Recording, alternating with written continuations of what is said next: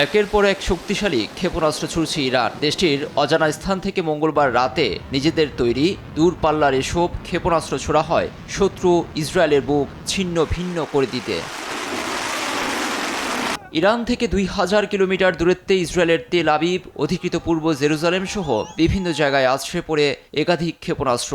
তার আগেই সতর্ক সংকেত সাইরেন বাজে ইসরায়েল জুড়ে। বাসিন্দাদের নিরাপদ আশ্রয়ে যাওয়ার নির্দেশ দেয় নেতানিয়াহুর প্রশাসন।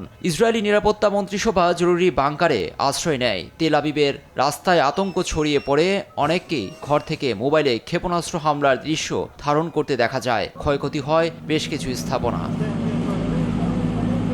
অনুসন্ধান করে ব্রিটিশ সংবাদ মাধ্যম দ্য টেলিগ্রাফ জানিয়েছে, ইরানি ক্ষেপণাস্ত্রে ইসরায়েলের অন্যতম সামরিক বিমান ঘাঁটি নেভাতিম ধ্বংস হয়ে গেছে। সেখানে বিকট বিস্ফোরণ ও কালো ধোঁয়া দেখা যায় বলে উঠে এসেছে প্রতিবেদনে। যদিও অধিকাংশ ক্ষেপণাস্ত্র প্রতিহতের দাবি করেছে ইসরায়েলের প্রতিরক্ষা বাহিনী IDF।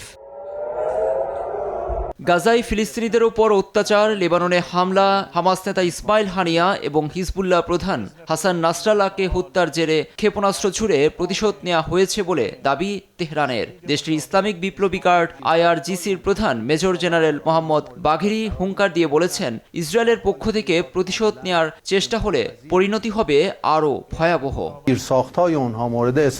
ইরান ইসরায়েলের বুকে ক্ষেপণাস্ত্র ছুড়ে বড় ভুল করেছে, তার খেসারত দিতে হবে দেশটিকে।